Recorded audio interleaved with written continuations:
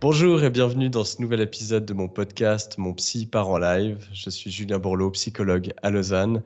Et aujourd'hui, c'est de nouveau un format interview que je vous propose. Et aujourd'hui, j'ai le grand plaisir d'accueillir mon ami Ricardy Boursicot, qui nous vient tout droit du Québec. Donc, j'ai eu des retours déjà sur une interview avec Claudia Baillargeon, qui a un magnifique accent québécois. J'ai eu plusieurs personnes qui m'ont écrit en me disant Ah, mais j'ai eu trop du plaisir à écouter l'épisode rien que pour l'accent. Donc, voilà, pour les aficionados des accents québécois, vous allez être contents.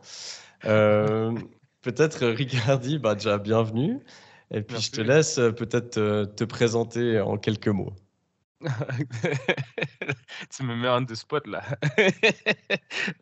Bon, c'est ça, mon nom est Ricardy Boursicot. Ça fait maintenant, ça fait près de 7 ans, 8 ans qu'on se connaît? 7 ans?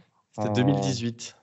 2018, OK. Donc, OK, non, c'est ça, ça fait presque... Ouais, ça fait 5 ans. Ouais, c'est ça. Fait que, donc, c'est ça, on s'est rencontrés dans une formation d'hypnose. Les deux passionnés par le sport, parce que les deux, on a joué au basket et tout ça. Pendant ce temps-là, tu étais dans un séjour au Québec. Puis, c'est ça, c'est depuis ce temps-là qu'on a commencé notre amitié, si je veux dire. Ben, pas si je peux dire, je dis. On a débuté notre amitié. Puis, non, c'est ça, moi, je suis un coach. Je me suis formé en tant que coach. J'ai fait de l'hypnose. J'ai fait de la PNL aussi. J'ai fait quelques petits cours, quelques formations en psychologie. Peut-être pas au même niveau que toi, Julien, mais assez pour aller chercher des connaissances de base. Puis, j'étais un sportif toute ma vie aussi. Et aujourd'hui, j'aide les gens qui manquent d'estime de soi. Je fais des formations aussi. J'enseigne dans une école, dans 3 écoles plutôt. Une école de PNL centrée, christocentrique, qui s'appelle MMP Coaching. Par la suite, j'enseigne pour une école qui s'appelle CFCI, qui est une école qui enseigne en Afrique, la PNL et tout ça. Ça fait 1 an et demi, non, 2 ans que je fais ça. Puis par la suite, il y a l'école où nous, on s'est rencontrés, IDECOM, où je supervise des pratiques lorsqu'on utilise des techniques. Donc, moi, je vais superviser les étudiants s'ils ont des questions et tout ça. Donc, c'est ça, mon ami. Et c'est ça. J'ai eu plusieurs fois aussi des retours de personnes qui avaient fait la formation donc chez IDECOM, la formation d'hypnose en ligne, et puis qui m'écrivaient pour me dire Ah, mais je t'ai vu dans cette formation. Donc voilà, si vous avez fait les formations d'Isabelle David, vous allez reconnaître Ricardy aussi, parce que on avait commencé le cursus, et puis c'est là où elle filmait pour le premier module la formation. Donc c'est vrai qu'on s'est connus, on a fait, je pense, un mois quasi à 100% l'un avec l'autre à l'époque où j'ai commencé à me former en hypnose. Donc c'était une belle découverte. Et Ouais. puis c'est vrai que en plus du coaching, de l'hypnose, on partageait la passion du basket. Alors Ricardy, tu as eu une carrière un peu plus prometteuse que la mienne. Euh, Oh! Oh, c'est différent en Europe. C'est différent en Europe. Je crois que en Europe, vous devenez des professionnels plus rapidement qu'au Canada, au Québec. Au Québec, on a qu'est-ce qu'on appelle le cégep, qui est c'est une école formatrice pour une profession. Donc, j'ai jusqu'au niveau de cégep, donc on a l'école primaire, première année jusqu'à 6e année. Par la suite, on a l'école secondaire qui est secondaire 1 jusqu'à secondaire 5. Et par la suite, on a cégep qui est la continuation.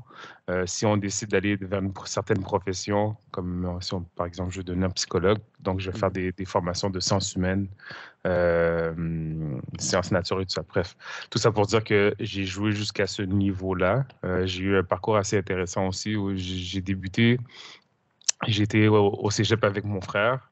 Donc là, c'était faire la fête, faire le party, comme on dit aux Québécois, comme ils disent les Québécois. Donc, j'ai fait le party pendant 1 an, mais par la suite, j'ai vu que le basket me manquait beaucoup. Donc, j'ai été dans un parcours que j'étais dans un niveau qui était assez fort, mais c'était pas le plus haut niveau. Donc, je voulais voir si j'avais encore le talent nécessaire pour me rendre, comme j'imagine toi aussi, tu avais ce rêve-là d'être dans la NBA un jour. Puis, j'ai joué cette première année-là. J'ai remarqué que j'avais encore assez de talent, puis tout ça. Puis, par la suite, j'ai été euh, dans le niveau le plus compétitif, si on peut dire, au Québec. Mais toi, tu as eu une très belle carrière aussi. Tu as joué semi-pro? Non. Ah non, non, non. Non, non, non, écoute, non, j'ai eu un joli parcours quand j'étais jeune. Moi, j'ai arrêté à 16 ans. Après, j'ai jamais été un joueur clé dans mon équipe. Je regardais pas mal les matchs depuis le banc. Mhm. Euh, mais oui, bien sûr, j'avais le rêve d'aller en NBA. Mais par contre, je me suis jamais donné vraiment les moyens. Ça a toujours été un rêve. Ça n'a jamais été un objectif. Et puis, Mhm. toi, tu avais justement cet objectif. Le cégep, pour faire la traduction, chez nous, c'est l'équivalent du gymnase. Puis en anglais, ce serait les high school. Mhm. Euh, Toi, il me semble que tu avais eu en tout cas une année où justement tu t'étais fixé vraiment comme objectif de pouvoir passer au niveau supérieur, de pouvoir être recruté dans une université. Mhm. Euh, est-ce, est-ce que tu arriverais à parler un peu de dans quel état d'esprit tu étais durant cette année, qu'est-ce que tu as mis en place, parce que c'est un bel exemple, je trouve, de discipline et puis de comment en fait on peut essayer de matérialiser et tout donner pour un rêve que l'on a. Euh, je me souviens, c'est drôle, hein. On dit souvent qu'avant la lumière, il y a toujours l'ombre. Donc, juste avant, je te dirais, j'a- juste avant cette année, euh, je jouais pour un coach. Le coach ne voulait jamais me faire jouer. Moi aussi, je regardais le, le basket à partir du banc. Donc, le banc avait ma forme de derrière, tellement, tellement je le réchauffais, tellement je réchauffais le banc, comme on dit au Québec. Euh, Par la suite, le coach, après avoir fait 1 an, le coach, il y a- je me plaignais que je jouais pas assez. Et là, le coach m'a dit, devant tous les joueurs, il m'a dit, si tu sais pas pourquoi tu joues, tu devrais te regarder dans le miroir, puis machin, machin, machin, truc. Parce que lorsque je te dirais que jusqu'à jusqu'avant qu'on se rencontre, j'avais pas une grande estime de moi, qui est la raison aussi pourquoi je travaille beaucoup avec les personnes avec ces difficultés-là, si on peut dire. Euh, so, le coach m'a dit ça devant les autres. Et par la suite, c'est à ce moment-là que j'ai dit, OK, tu laisses aller, puis tout ça. Donc, j'ai commencé à pratiquer. Je pratiquais chaque matin. Je te dirais que mon, aussi, avec la formation que je suivais, ça ne me permettait pas, on avait des pratiques pendant la journée. Donc, nous, on est 6 heures en arrière de vous dans l'heure. Donc, moi, à midi, on avait des cours, des pratiques de basket. Donc, le matin, avant de débuter l'école commençait à 8 heures. Je me réveillais à 5h30. Je me dirigeais au gym parce qu'on avait accès au gym. Puis j'allais lancer euh, à peu près, je te dirais, 300 à 400 lancers. Donc je lançais, je lançais, je lançais. Euh, Par la suite, j'allais à mon premier cours. Par la suite, j'allais au gym. J'allais m'entraîner. On avait la pratique. Et après, j'allais faire de la piscine. Après ça, je retournais à l'école, dans un autre cours. Et par la suite, j'allais à la piscine. J'allais nager. Et mes journées se terminaient vers 11 heures le soir. Je recommençais à chaque fois. Et j'allais jouer aussi à l'extérieur parce que j'avais beaucoup d'amis qui jouaient au basket dans les parcs et tout ça. Donc, j'allais rejoindre mes amis, jouer au parc.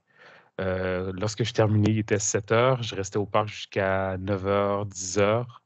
Et après ça, c'était les devoirs. ou les remises. J'étudiais en informatique, donc j'avais des projets à remettre et tout ça. Et par la suite, je recommençais. Là, le matin, c'était 5h30. Donc, au début, on voyait pas beaucoup je voyais pas beaucoup de différence parce que, numéro un, je touchais pas le terrain. Je ne jouais pas. Et par la suite, je te dirais après une semaine, un mois et demi de faire cette routine, dans les pratiques, je commençais à, je nettoyais, je nettoyais les joueurs partants. Puis, et je commençais à parler parce que pour moi, ah oui, j'ai oublié de mentionner, le coach voulait me foutre à la porte. Le coach, il voulait pas me garder comme joueur. Puis Ok. je lui ai dit, je préfère rester dans l'équipe avec les joueurs qui étaient considérés comme l'élite de mes pairs, si je peux dire, au lieu de descendre de niveau et de jouer dans le même niveau que j'avais, où ce que j'avais débuté, où ce que j'avais testé mes capacités. Puis, lorsque, dans les pratiques, à fur et à mesure que je battais les joueurs, là, je leur parlais. Il y a une journée que le coach m'a dit, Ricardi, vas-y, on se faisait éclater par 40 points. J'ai fait, oh, OK, j'ai été. Là, je crois que j'ai fait 10 points en, comme, même pas 10 points en 5 minutes, quelque chose comme ça. Puis à la fin, lorsque le match est terminé, le coach était comme, oh, je voulais souligner les efforts de quelqu'un. Il n'a jamais abandonné, puis tout ça. Son nom, c'est Ricardi. Il a joué comme Michael Jordan. Nanana, nanana. Puis par la suite, ce coach-là, à la fin de la saison, ce coach-là a quitté et il y a un nouveau coach qui est arrivé. Et là, moi, j'ai vu ça comme une nouvelle opportunité. Donc, j'ai continué le même régime, si on peut dire, là, de se réveiller le matin à 5h30 du matin, puis ça. Puis c'est comme ça que, à la fin de la saison, l'autre saison, où ce qu'on avait le nouveau coach et tout ça, j'ai terminé le joueur le plus amélioré dans mon équipe. J'ai gagné, on avait les championnats canadiens pendant ça là aussi. J'ai terminé joueur par excellence dans on avait 3 matchs. J'ai gagné joueur par excellence dans un des matchs. Puis par la suite, cet été-là, j'étais à Chicago parce que je pensais que j'avais presque plus de chance. Je commençais à être âgé, j'avais 23 ans. Au basket, c'est considéré comme étant âgé, 23 ans. Mhm. Là, j'avais la chance de peut-être me faire recruter, donc je me suis dit, et mon oncle habitait en face d'un mec qui avait joué dans la NBA.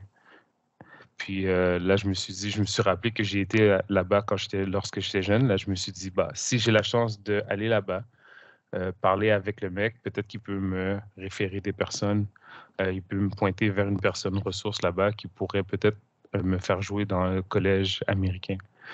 C'était qui, Parce que le joueur? oh, wow. Son nom, c'est Rick, mais je me rappelle pas c'est quoi son nom. C'était pas parce que dans la NBA, c'est particulier parce que dans la NBA, ils ont 150 joueurs. C'est 150 Mhm. joueurs qui sont considérés comme les meilleurs joueurs dans le monde. Donc, à chaque année, il y a des joueurs qui sont recrutés, qui viennent du collège, qui vont vers la NBA. Donc, il y a beaucoup de joueurs de second plan, si on peut dire, qui vont Mhm. faire peut-être 2 ans, 3 ans, 4 ans. Lui, je crois qu'il avait joué 7 ans, mais je ne me souviens pas de Ce qui est son déjà nom de énorme, famille. hein. C'est vrai que c'est une bonne Ouais. remarque, hein. C'est vrai qu'on a l'impression qu'une fois que tu es en NBA ou dans les autres ligues, dans les autres sports, notamment aux États-Unis, on se dit, ah bah voilà, t'es super connu, alors qu'il y a plein de joueurs qu'on connaît pas. Et puis, en effet, la moyenne d'une carrière en NBA, c'est 2-3 ans. Donc, il Hmm. faut se rendre compte pour ceux qui écoutent cet épisode, ben, là, à travers ton histoire, ben, on arrive déjà un peu à voir le niveau d'engagement et de discipline que ça demande. Et Mhm.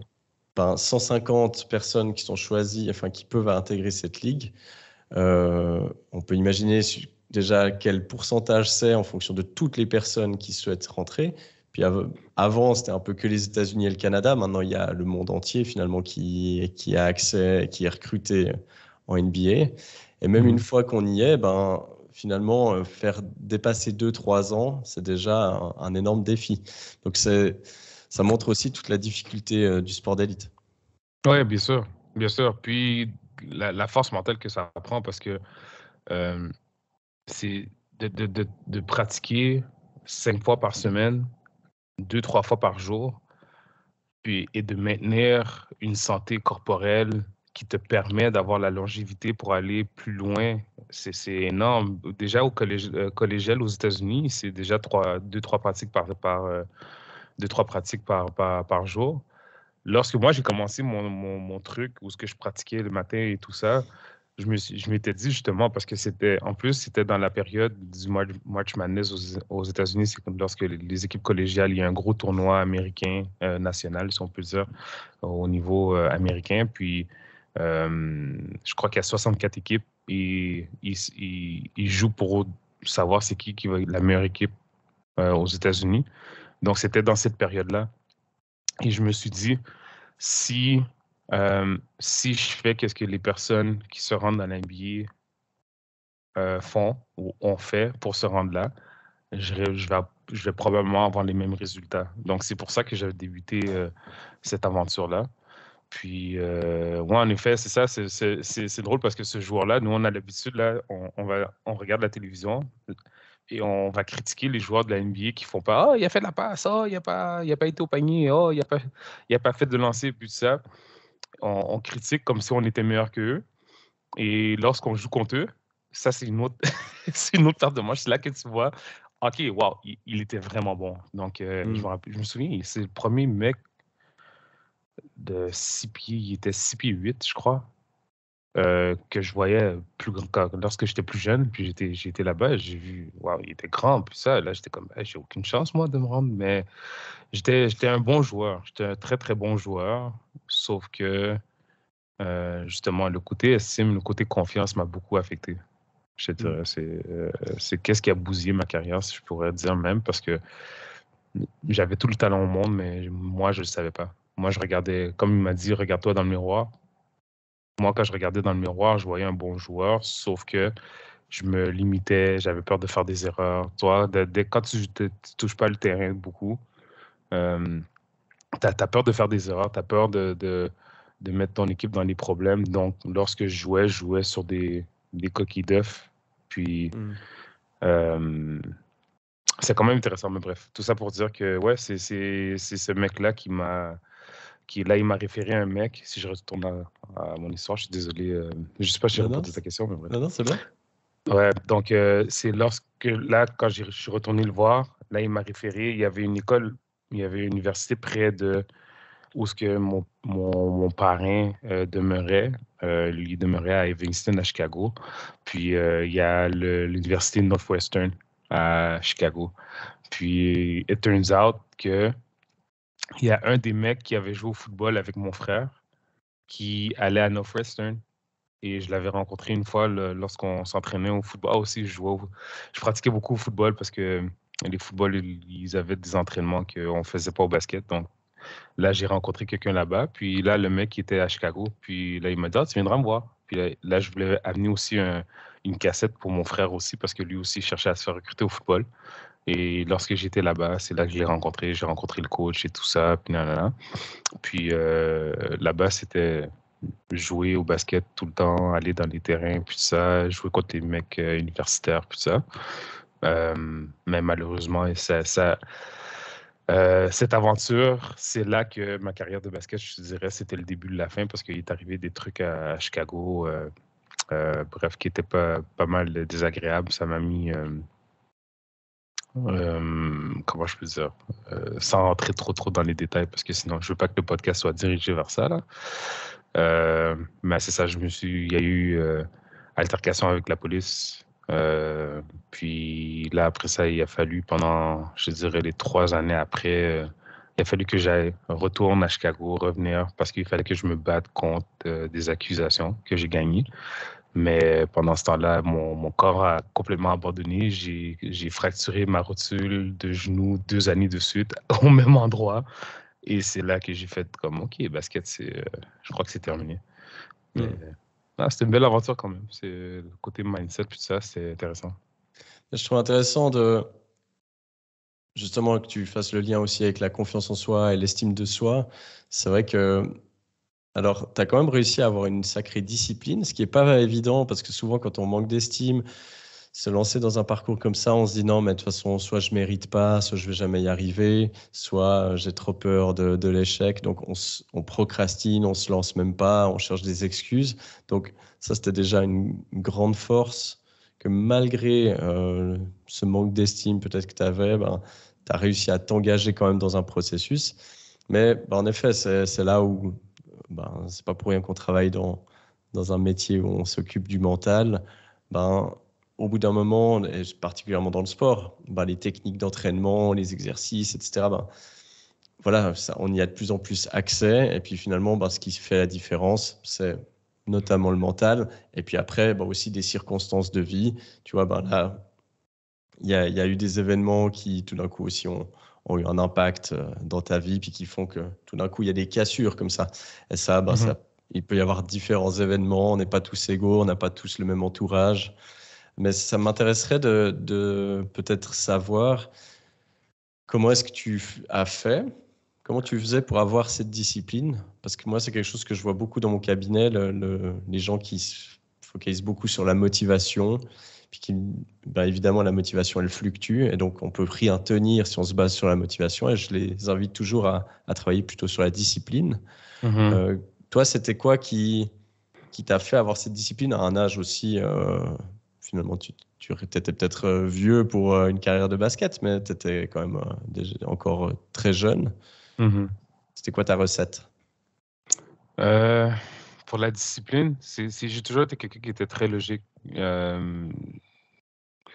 Peut-être que ça vient du basket, mais je suis quelqu'un qui a toujours été très logique. Je sais faire des calculs, puis tout ça. Puis je me disais, comme je te dis, c'est en regardant les personnes des États-Unis, puis dire, OK, s'ils pratiquent à ce niveau-là, peut-être que si je pratique de cette façon-là, ça va me donner les mêmes résultats ou ça va me donner des résultats différents. Donc, euh, ma logique me disait que, aussi, qu'est-ce que je dis souvent par exemple, ma fille qui joue au football aujourd'hui, au football européen, là, au soccer au Québec, je dis tout le temps, si par exemple, tu as des joueurs qui jouent ou qui pratiquent 30 minutes dans tes pairs, pratique 30 minutes de plus, tu vas avoir 30 minutes de plus de pratique. Éventuellement, avec l'accumulation, tu vas avoir les résultats.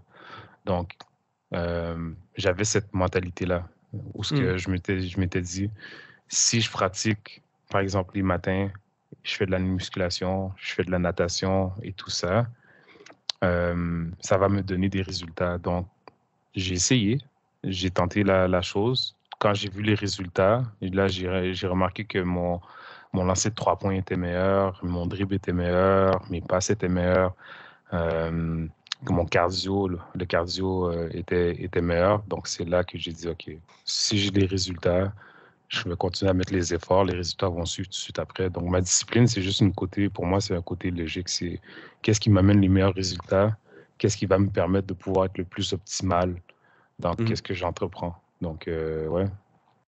Et, ça me fait beaucoup penser ce que tu dis à une interview de Kobe Bryant, qui Mhm. malheureusement est décédé il y a quelques années maintenant, mais qui était un monstre de travail, un génie de son sport.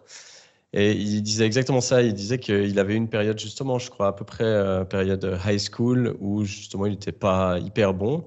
Et puis que ben, il s'était fait ce calcul. Il s'était dit, bon, ben, si les gens de mon âge s'entraînent une, deux fois par semaine, que moi je m'entraîne 4 fois ou plus, ben, à la fin de l'été, eh bien, c'est pas possible qu'il n'y ait pas de résultat.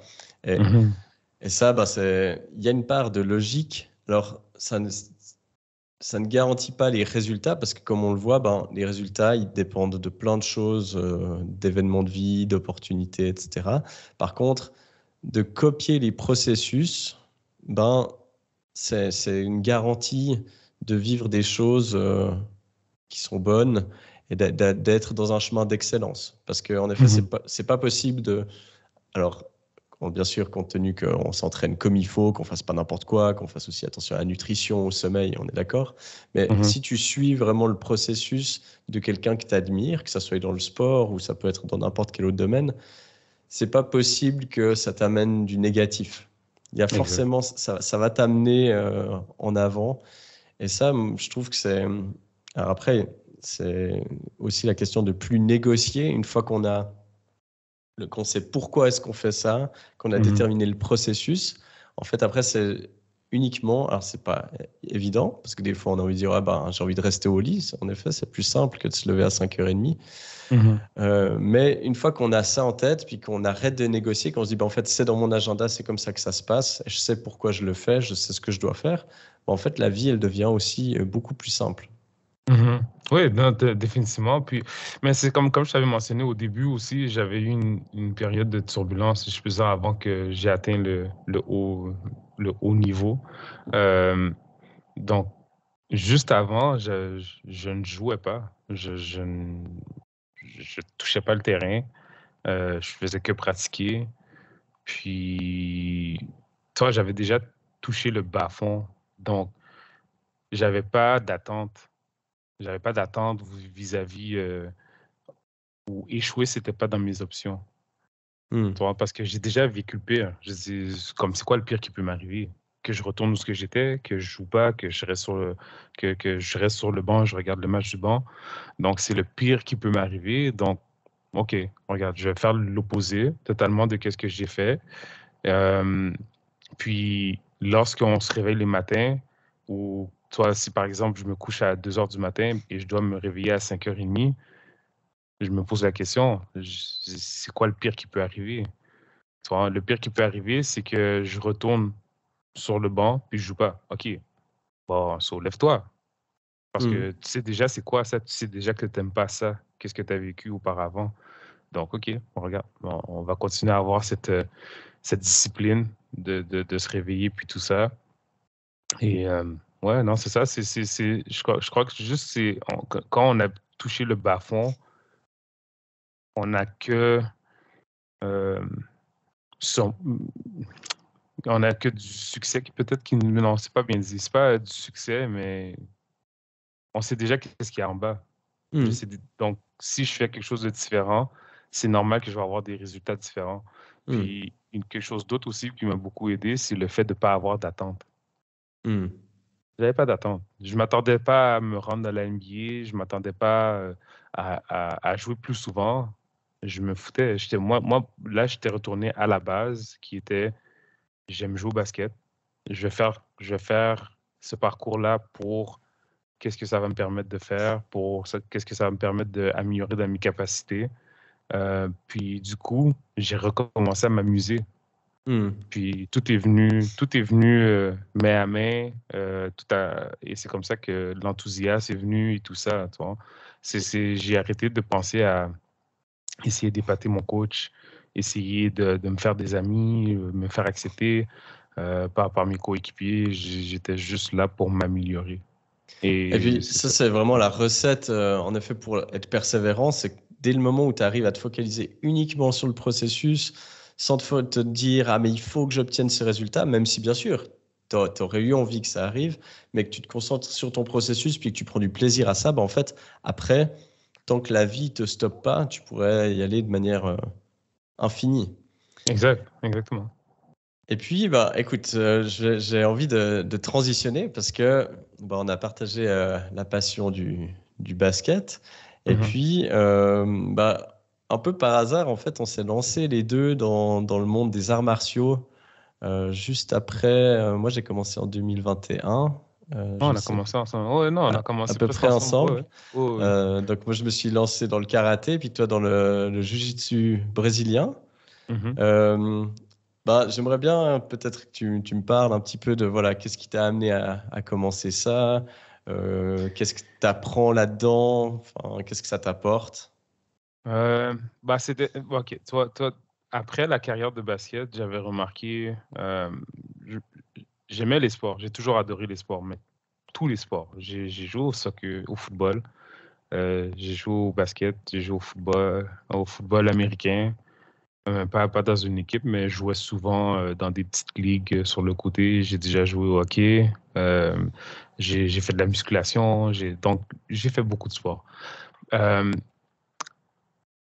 une chose que j'avais remarqué après ma saison de basket et, Et c'est intéressant parce que tout ça a commencé mon processus vers la psychologie, puis le côté mental de l'être humain, puis tout ça. Euh, J'avais remarqué que j'étais peut-être pas fait pour être une personne. J'étais peut-être pas fait pour jouer à des sports d'équipe. Parce que, au basket, tu peux faire des allers-retours du terrain, pas toucher la balle une fois. Là, tu te dis, OK, bah, je vais aller prendre des rebonds, aider mon équipe, ou je vais jouer en défense pour aider mon équipe. Euh, mais c'est quoi je voulais dire? Donc, c'est ça. Donc, j'avais remarqué que j'étais pas fait pour un sport d'équipe. Et j'avais débuté mes formations en psychologie parce que je m'étais donné comme objectif de vraiment remettre les pendules à l'heure, de recommencer tout à zéro. J'étais en informatique, j'aimais pas l'informatique. J'avais travaillé en vente aussi pendant quelques années. J'avais fait de la croissance personnelle. C'est là que j'ai connu Tony Robbins, puis Brian Tracy, puis Les Brown, puis toutes ces personnes-là. Et c'est là que j'ai décidé de me diriger vers la psychologie. J'ai commencé les cours et entre-temps, j'étais tombé sur une publicité qui offrait des cours de boxing, de boxe. Là, je fais, ah, ça serait intéressant parce que j'ai toujours voulu savoir j'ai toujours voulu, j'avais un désir de savoir comment me défendre. Surtout avec ce qui m'était arrivé à Chicago, je me disais comme peut-être que si je sais me défendre, ce genre de truc-là va pas m'arriver et tout ça. Puis j'ai commencé à faire de la boxe. J'ai fait de la boxe pendant à peu près 3 ans. J'ai pas fait de combat, mais j'ai fait beaucoup de pratiques. Euh, je me suis fait mal au poignet. Et là, pendant ce temps-là, j'avais un de mes amis qui m'avait parlé du Jiu-Jitsu parce qu'il avait passé à travers des périodes assez difficiles lui aussi. Euh, Pendant que je faisais de la boxe, lui, il faisait du Jiu-Jitsu. Là, il m'a dit, tu devrais l'essayer. Là, je fais, ah, ouais, OK. Mais là, mes poignets, j'avais mal et tout ça. Là, je dis, ah, plus tard, plus tard, plus tard, plus tard. Là, nous, on s'est rencontrés, on a fait des formations, puis tout ça. Et moi, pendant qu'on faisait les formations, je ne sais pas si tu te souviens, je m'étais fait opérer au bras, au poignet gauche. Donc, j'avais mon truc pendant les cours, puis tout ça. Puis, je m'étais dit, ma santé va être optimale, je vais être à peu près à 80-90%, je vais essayer le Jiu-Jitsu. Donc, dans la COVID, pendant la COVID, après une de nos discussions, mon pote était venu chez moi. Dans le temps de confinement, on n'est pas supposé, mais bref. Dans le temps du confinement, mon ami venait chez moi et ils m'ont montré les exercices de base. Et c'est comme ça que j'ai débuté. Puis là, je suis quelqu'un qui est très... euh, je ressens les choses. Tu vois, je suis très touché en hypnose ou peu importe, on appelle ça être kinesthésique. Donc, je suis quelqu'un qui aime le toucher, qui aime faire, puis tout ça. Et c'est comme ça que ça a commencé. Je savais que j'allais aimer le jiu-jitsu, puis je suis tombé tout simplement en amour avec le sport. C'est intéressant la différence, justement. Moi, c'est un truc que je découvre aussi, la différence entre sport collectif et individuel. Alors, je pense, moi, j'ai trouvé plein de belles choses dans le basket, déjà, niveau camaraderie, solidarité, ça, je trouvais vraiment top. Par contre, c'est vrai que une grosse différence que je vois, c'est que au basket, j'étais souvent hyper frustré, justement, parce que tu joues pas assez ou t'as pas assez la balle, ou bien tu t'engueules avec tes coéquipiers, et puis finalement, il y a beaucoup de choses qui dépendent des autres. Et Mhm. souvent, ça crée beaucoup de frustration. Et ça, depuis que j'ai commencé le karaté, en fait, j'ai jamais ressenti de la frustration, je pense, parce que, en fait, si je suis fatigué, j'y vais à mon rythme. Si je suis à fond, je vais aller à fond. Si la personne en face, elle veut aller moins à fond que moi, ça la regarde. Mhm. Et puis aussi, voilà, quand tu pratiques à 100%. C'est toi qui es tout le temps dans l'action. Euh, et du coup, je remarque qu'au niveau frustration, c'est beaucoup. Enfin, j'en ressens pas. Toi, c'est un peu quoi que tu découvres dans le jiu-jitsu? En quoi ça t'aide? Qu'est-ce que ça t'apprend? Wow. Même chose que toi. C'est une chose que j'ai remarqué justement, c'est que ça dépend de moi. Si j'arrive dans un match euh, et la personne où mon cardio n'est pas assez bon, ou si la personne me prend dans qu'est-ce qu'on appelle arm bar, une clé de bras, de bras.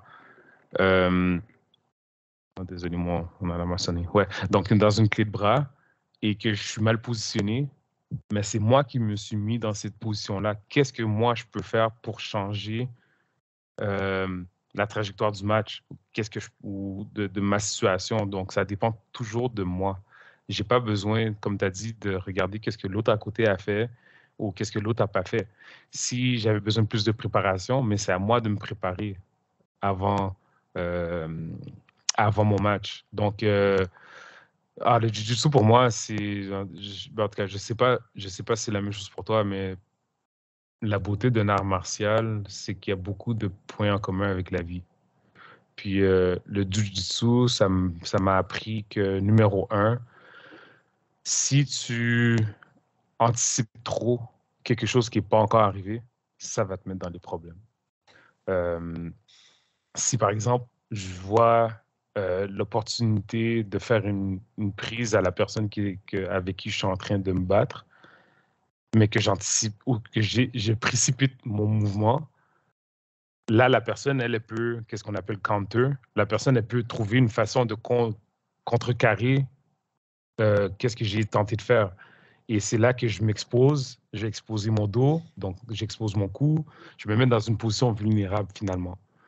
Tandis que lorsque tu es dans une situation, par exemple, la personne, elle veut t'étrangler, mais là, il y a une petite fenêtre qui se présente, c'est d'avoir la présence d'esprit de rentrer dans cette fenêtre-là. Qu'est-ce qui me fait penser beaucoup à la vie? Ou ce que, lorsque je précipite quelque chose avec, que ce soit excuse-moi mon terme, une gonzesse, une femme, lorsque ce soit avec une femme, j'essaie de fréquenter une femme et je précipite les mouvements, je m'impose trop ou j'essaie de la courtoyer, je lui donne trop de compliments ou trop, je laisse pas les choses aller et juste suivre le flot des choses. C'est là que la femme ça va l'épeurer ou elle va dire ah non, laisse faire, peu importe. Ou ça peut être la même chose pour un emploi, ça peut être la même chose pour une situation dans les amitiés ou peu importe. Donc en affaires aussi. Donc c'est vraiment d'attendre mon temps, de prendre mon temps et d'observer les choses et de prendre l'opportunité lorsqu'elle vient à moi. Et depuis ce temps-là, ça m'a montré ma discipline a augmenté. J'ai remarqué aussi que j'étais pas quelqu'un qui était, j'étais pas, ouais, je manquais de discipline. Tout simplement, je manquais de discipline malgré que, oui, dans le basket, ça m'a aidé, mais c'était jamais constant. Il n'y avait pas une constance. Ça m'a appris aussi l'importance de dormir, manger bien, prendre soin de son corps, s'étirer. Donc, maintenant, les entraînements que je fais pour lever des poids, puis ça, la nutrition, c'est toutes des choses qui vont m'aider à mieux performer lorsque je vais faire mon art du jiu-jitsu. Donc, ça fait partie des petites choses que j'ai appris. Puis, depuis la compétition aussi, j'imagine que c'est la même chose pour toi. Depuis la compétition, ça aussi, ça m'a ouvert les yeux. Maintenant, la préparation, justement, pour moi, c'est hyper important. Les gens à mon gym, ils sont tout le temps, ils veulent que je fasse plusieurs compétitions. Là, moi, j'ai 42 ans. Là. Mon corps, il ne suit plus. Avec ma carrière de basket et tout ça, les blessures, puis tout ça, à un certain point, ça te rattrape si tu ne prends pas soin de ton corps. Donc, moi, je leur dis, je ne vais pas faire des compétitions juste pour me faire lessiver, si on peut dire. Je vais faire des compétitions parce que je veux gagner. Je veux être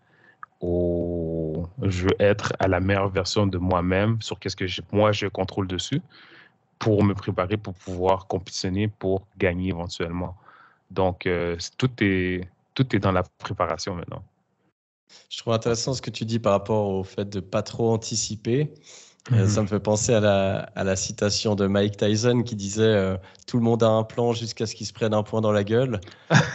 Définitivement. Et c'est vrai que dans les sports de combat particulièrement, mais c'est dans la vie aussi. En fait, ben, on a plein de plans, on a plein de projections de comment les choses devraient se passer, vont se passer. Puis en fait, ben, ce qui fait la qualité de notre vie, c'est surtout notre capacité à justement changer nos plans et puis s'adapter à ce que la vie nous envoie. Et ben voilà, si tout le monde avait cette capacité-là, eh ben, probablement que j'aurais très peu de boulot. Donc ça, c'est par rapport à la discipline aussi, je trouve intéressant. Et c'est vrai que moi, je le découvre aussi. Je me suis jamais autant entraîné que maintenant. Et je pense que c'est aussi dû au fait que ben, bon, j'ai eu des prises de conscience par rapport à la santé, etc. Mais ben, quand je faisais du basket, ben, tout ce que je risquais, c'était de me faire passer puis que la personne marque. T'as pas vraiment plus de conséquences que ça. Tandis que quand tu fais un sport de combat, ben, si t'es pas préparé, t'es pas assez renforcé, t'es pas assez vif, ben, tu peux te prendre un sale coup, tu peux avoir soit une grosse douleur, soit même éventuellement une blessure. Donc, c'est vrai que ça motive davantage à être discipliné. Oui, puis la, pré- la préparation, c'est. Ah, la différence entre un sport d'équipe et le sport individuel, ça dépend de moi, comment j'arrive dans mon combat. Donc, euh, non, moi, je suis un fan maintenant de. Je te dirais, j'ai remarqué, et je dis ça à mes enfants, j'ai remarqué à quel point que j'aimais le basket, mais j'aimais pas le basket en même temps. J'ai aimé le parcours que j'ai passé à travers, j'ai aimé les choses, les apprentissages que j'ai fait et tout ça. Mais maintenant, le sport de combat, ben, peu importe c'est quoi le sport de combat, karaté, que ce soit la boxe, que ce soit le muay thai, que ce soit la lutte olympique, que ce soit le jiu-jitsu brésilien, que ce soit le judo, que ce soit... Pour moi, c'est toutes des disciplines qui se complètent et qui représentent la vie, si on peut dire. Euh, et ça dépend de nous. Donc, oui, tu peux te prendre une claque si tu n'arrives pas à préparer. Si, euh, si le sommeil, si au lieu de dormir 6, 7 heures, 8 heures, tu dors 5 heures, tu dors 4 heures, ta réponse au coup ou tes réflexes vont être moindres que si tu dors une nuit complète. Euh, donc, non, ouais, c'est ça, j'adore. Non, j'adore. Puis toi, au karaté, c'est quoi les choses que tu as appris le plus? Écoute, ben, un peu ce que j'ai mentionné aussi, ça me donne des exemples de comment vieillir, enfin d'autres exemples de comment on peut vieillir. C'est vrai que moi j'ai toujours eu l'image un peu de la vieillesse, voilà, où on perd des capacités. Et puis ben là, je vois des gens qui s'entraînent à côté de moi, qui ont la cinquantaine, voire plus, et puis qui sont en bien meilleure forme que moi. Donc ça, je trouve que c'est aussi vachement inspirant. Puis bah, peut-être que je peux te lancer là-dessus parce que c'est vrai que s'il y a des gens qui regardent ce podcast sur YouTube, ils auraient sûrement pas deviné que tu avais déjà l'âge canonique de 42 ans. Euh, mais, mais je trouve intéressant parce que peut-être tu peux. Il y a beaucoup cette croyance que voilà, le sport, on le commence quand on est jeune, puis on a notre sport, puis on change pas. Mhm. Et qu'est-ce que tu pourrais conseiller justement à quelqu'un qui se dit que c'est trop tard parce qu'il a 30, 35, 40 ans, que c'est trop Mhm. tard pour commencer? Euh, bah, je sais pas si toi, tu as remarqué la même chose, mais ou peut-être à cause que on était jeunes, mais je, je trouve que notre génération, on vieillit moins rapidement que nos parents. Je me souviens, j'avais des personnes des oncles, des tantes, des adultes, à l'âge de 40 ans, ils avaient l'air d'avoir 65 ans. Puis déjà de la difficulté à marcher et tout ça. Puis aujourd'hui, si je regarde toutes les personnes qui ont 40 ans, la majorité des personnes sont encore fonctionnelles. Ils sont capables encore de se lever. Oui, c'est plus difficile, mais ils sont capables de se lever de leur lit sans, sans un tour de rein ou un truc comme ça. Donc, euh, c'est vrai qu'une fois qu'on commence l'art, puis on voit des personnes de 60 ans qui sont en très bonne santé et on se fait éclater par un mec de 60 ans, tu réalises qu'il n'est jamais trop tard. En même temps, euh, non, il est jamais trop. Ben non, il est jamais vraiment trop tard. Puis qu'est-ce que j'aime aussi avec les arts martiaux, c'est que tout, toutes les choses que j'ai fait auparavant me sont utiles dans le combat. Donc, dans ton cas, par exemple, si je mets l'exemple du karaté, donc ton jeu de pied que tu as appris au basket, le jeu de pied d'être de pas être sur les talons, de toujours être préparé, de bouger, ton, ton, ton footwork est peut-être meilleur que les autres personnes qui font le sport ou les personnes qui ont ton âge qui font le sport ou ce que eux ils n'ont jamais fait de basket. Et du même côté, eux aussi, ils ont leur force qu'ils ont acquis dans d'autres choses. So, pour moi, rien n'est perdu. So, les personnes qui croient qu'il est trop tard, il n'est pas trop tard parce que tout ce que vous avez fait auparavant vont être utiles lorsque vous allez débuter du jiu-jitsu. La seule chose, je vous dirais qui pourrait être difficile de commencer à l'âge que nous, on a commencé, c'est justement le respect du corps. Mon corps, maintenant, comme j'ai mentionné tout à l'heure, mes petites blessures ressortent. Donc, si je ne prends pas le temps de les traiter, si je ne prends pas le temps d'aller voir un massothérapeute ou un chiro, ou un kiné ou peu importe, euh, c'est moi qui va vivre les conséquences par la suite. Donc, j'ai des rendez-vous, je te dirais, je vais voir le chiro à chaque peut-être 2 mois, mois et demi, 2 mois. Si j'ai besoin d'une physio, j'allais voir un physio. Donc, je prends les étapes nécessaires pour pouvoir pratiquer mon sport. Ouais, c'est un super conseil, hein. C'est vrai que je pense qu'on peut commencer à n'importe quel âge. Par contre, en effet, on ne va pas agir de la même manière quand tu as 16 ans.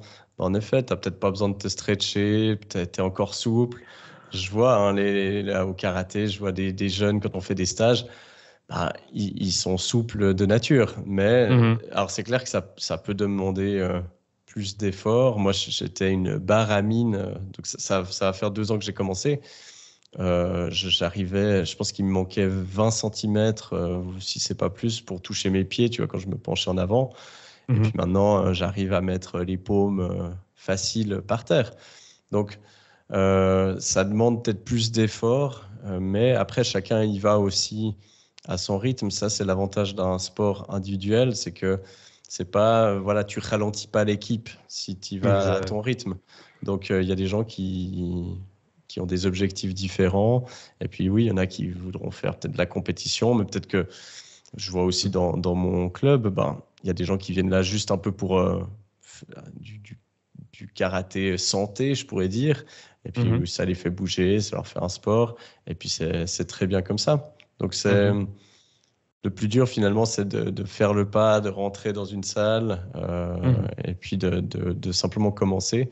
Mais le truc que je trouve génial aussi, c'est de recommencer des choses de zéro.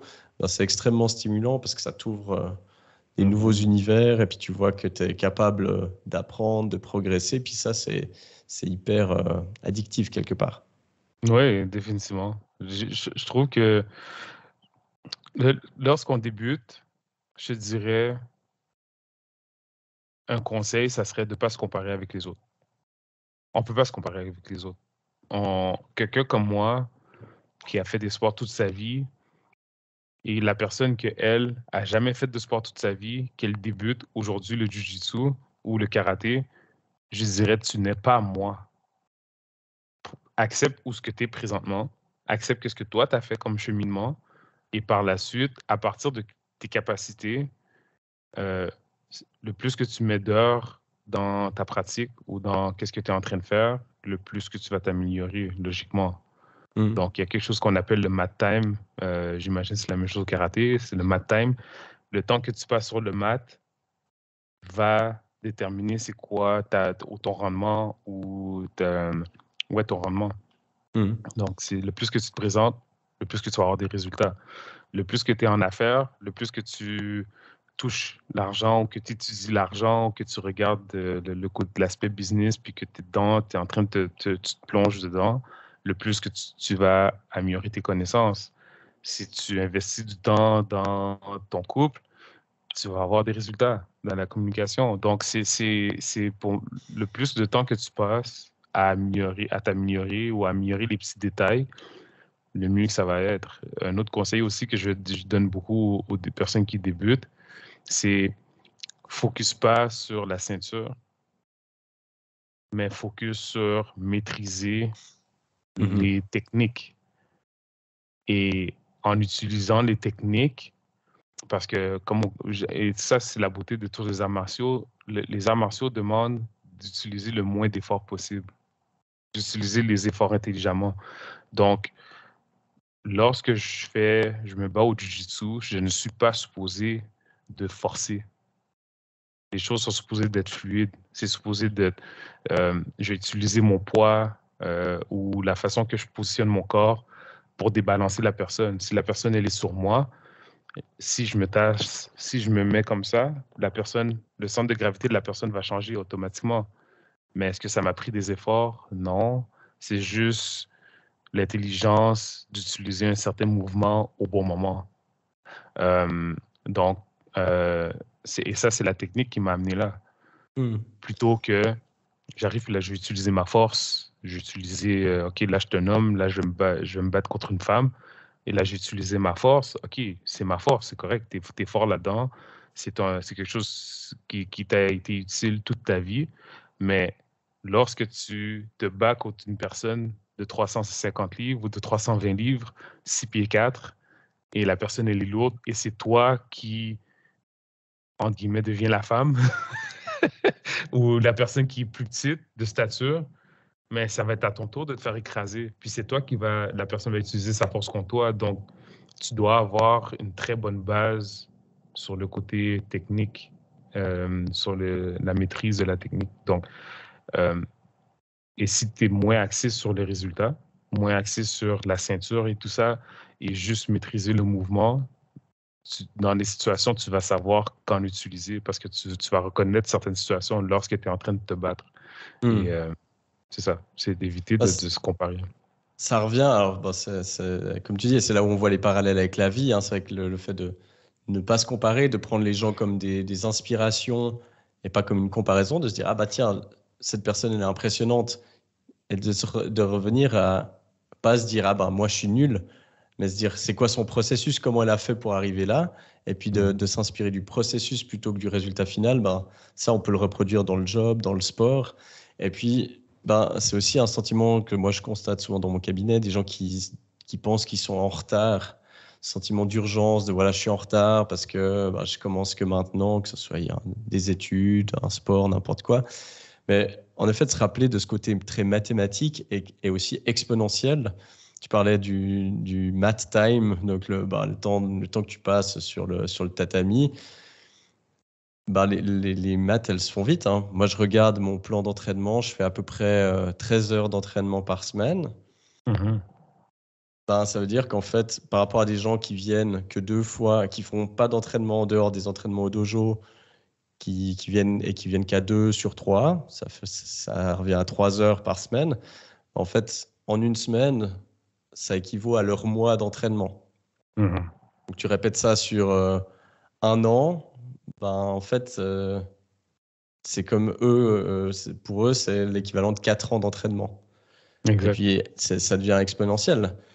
Et c'est là où ben, tu peux voir aussi, en fait, c'est à nous de gérer en fonction de ce qu'on a envie de voir, en fonction de nos processus, de notre temps, de notre vie, mais de s'enlever ce côté de retard et de simplement se refocaliser sur, en fait, quel est le processus que je dois suivre en m'inspirant de ceux que j'admire, qu'est-ce que je peux apprendre de leur processus à eux, et puis en suivant ça, ça ne veut pas dire que j'arriverai au même résultat, mais en tout cas, il y aura des belles choses qui vont arriver avec ça.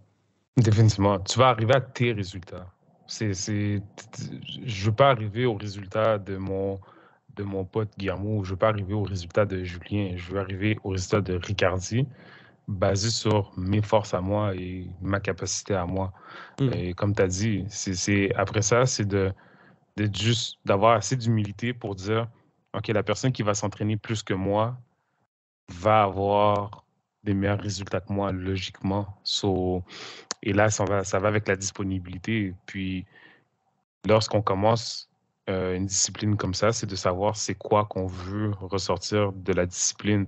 Si moi, par exemple, lorsque j'avais débuté, j'avais aucun intérêt de faire de la compétition. Aucun. Là, toi, tu avais déjà débuté. Là, toi, tu avais fait tes compétitions, tu avais cassé des planches, puis tout ça.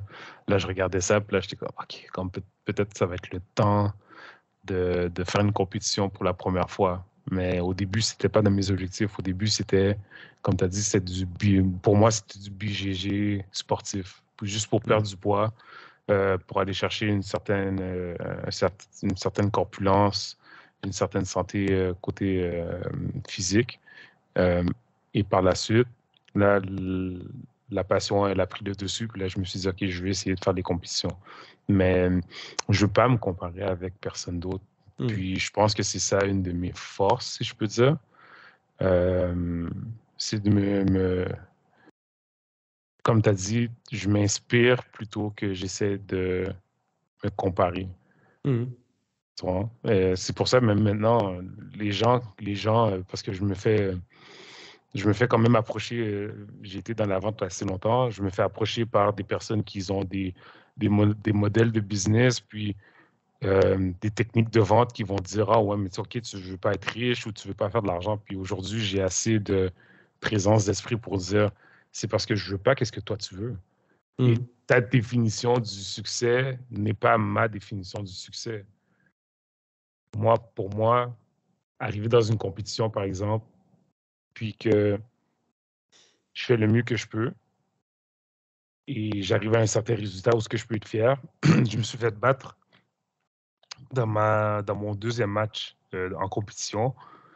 Puis, mais je m'en voulais pas. Moi, j'ai vraiment vu ça comme, OK, la prochaine fois, comment je vais pouvoir euh, pas me mettre dans telle situation et quel outil que je vais pouvoir, dans qu'est-ce que j'ai appris, dans qu'est-ce qui m'est arrivé, qu'est-ce que je vais pouvoir utiliser dans le prochain combat. Puis par la suite, c'est ça, là, tu vois, mais c'est ça, je veux pas me comparer avec les autres. Les gens essaient de manipuler sur le côté mental. Ah ouais, mais tu vois, tu vas pas être comme lui, puis tout ça, ah, c'est bien pour lui. Mais c'est le seul moyen, et puis on pourra peut-être gentiment terminer là-dessus, mais je trouve intéressant, c'est que tu dis, en fait, ce qui est important, c'est de faire de mon mieux. Et c'est de pouvoir se dire, c'est le seul moyen, en fait, de pouvoir vivre sans regret, peu importe le résultat, c'est de se dire, en fait, ben, j'ai fait de mon mieux. Et puis, j'ai fait de mon mieux, ben, ça va être différent en fonction des périodes de vie, en fonction des personnes, mais si, que ce soit dans mon sport ou n'importe quoi d'autre, dans ma relation, dans mon job, je fais de mon mieux, je donne tout ce que j'ai.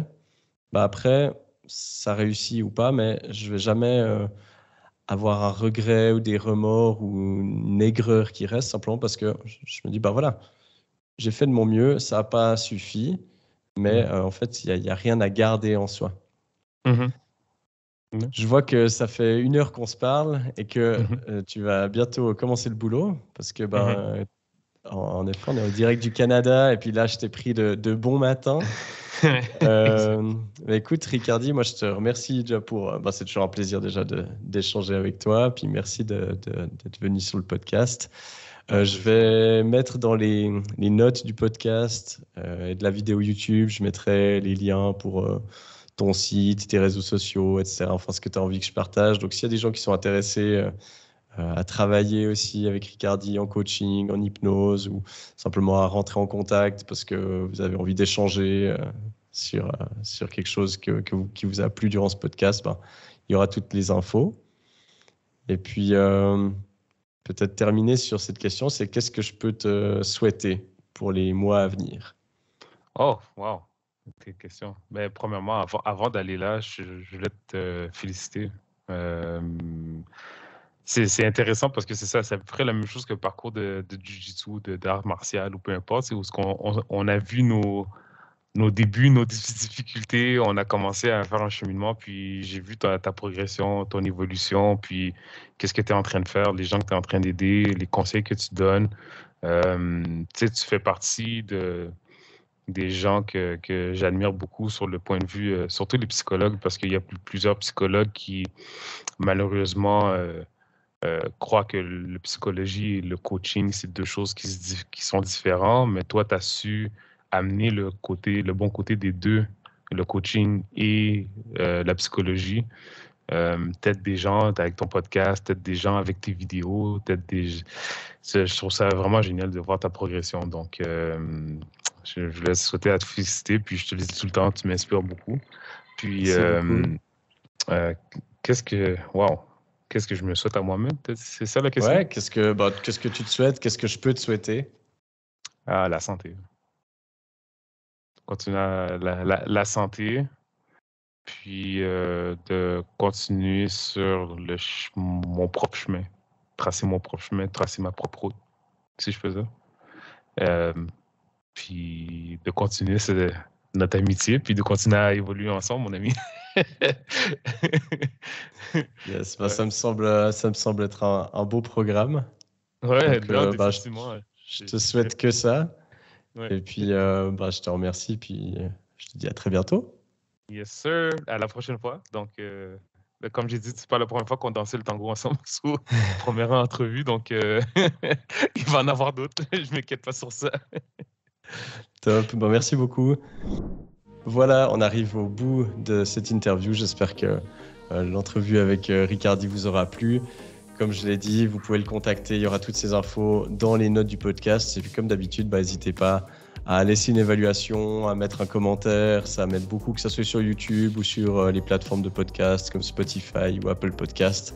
Ça m'aide à partager ce podcast. Et puis, je vous dis à la semaine prochaine pour un nouvel épisode.